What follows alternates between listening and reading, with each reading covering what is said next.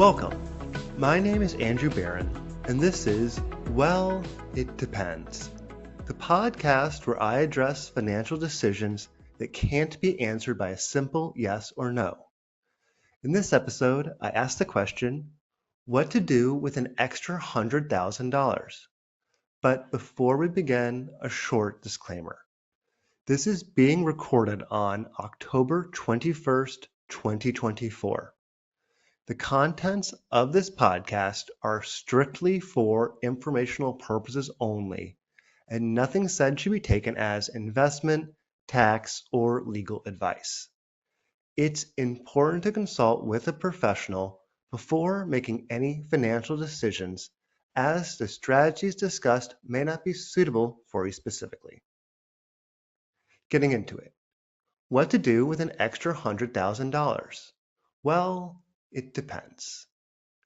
While having this new additional amount of money may feel like a windfall, figuring out the best use is where the complexity starts. It's not just about making a decision, it's about weighing trade-offs. So let's dive into the options and explore which may be the best choice for you. Let's clarify that there is no one-size-fits answer here, and what to do with an extra $100,000 will depend on several factors: your financial goals, current debt, investment strategies, and your risk tolerance. It also depends on how the money came to you. Is this a bonus from work, an inheritance, or maybe it's the result of selling another asset? Each scenario can influence how you view the funds. So what are some of the ways you can use it? Let's break it down into main categories of saving, investing, debt repayment, and lifestyle upgrades. If you're feeling uncertain about the future and you don't have a solid emergency fund, using a chunk of this money to create a cash safety net may make sense, since it's all about creating a peace of mind. But there are trade-offs here too. Cash sitting in a savings account may feel safe, but it's exposed to inflation risk, meaning that it loses its purchasing power over time. You could put some of the money into a high-yield savings account or a money market fund to get a little bit more growth while maintaining liquidity. And if you already have an emergency fund, you may be better off putting this money elsewhere. Which brings us to investing. Investing that $100,000 could provide long-term growth, especially if you have time on your side. Stocks, bonds, and even real estate can be solid choices. With the stock market, there's potential for significant growth over the long haul, but there's also volatility, meaning that the value can go up and down sharply in the short term.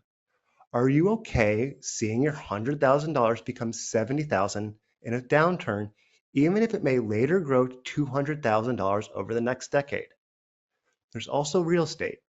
This can mean buying a rental property, investing in REITs, or even acquiring a second home. Real estate can provide both income and capital appreciation, but it's significantly less liquid than stocks, and the repair, taxes, and insurance costs need to be factored in. Another option is to pay off high-interest debt.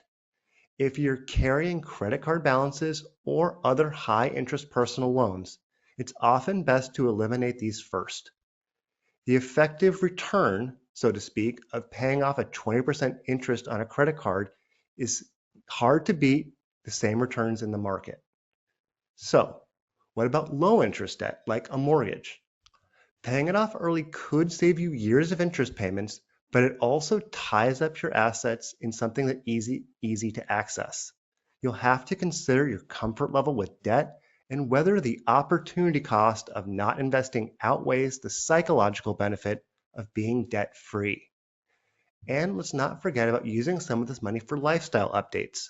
It could mean taking a dream vacation, upgrading your car, or another cost of living increase. While this doesn't grow your net worth, it does offer immediate enjoyment and potentially lasting memories. Yet it's also very easy to spend that $100,000 too quickly if you're not careful. Here, setting limits can help, such as allocating 10 to 20% towards fun expenses while keeping the rest for more serious financial goals. A final approach could be a balanced one. You don't have to commit all $100,000 to just one objective. You could, for example, allocate 30% to investing, 30% to debt repayment, 20% to savings, and another 20% to lifestyle updates. This allows you to enjoy some of the money now while also preparing for the future. This balanced strategy depends on your individual situation and priorities. Are you more focused on growth, reducing risk, or enjoying life today? So, what's the best way to use an extra $100,000?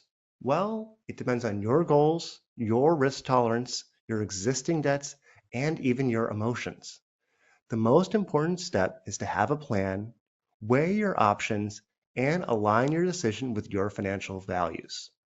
So, to answer the question, what to do with an extra $100,000? Well, it depends.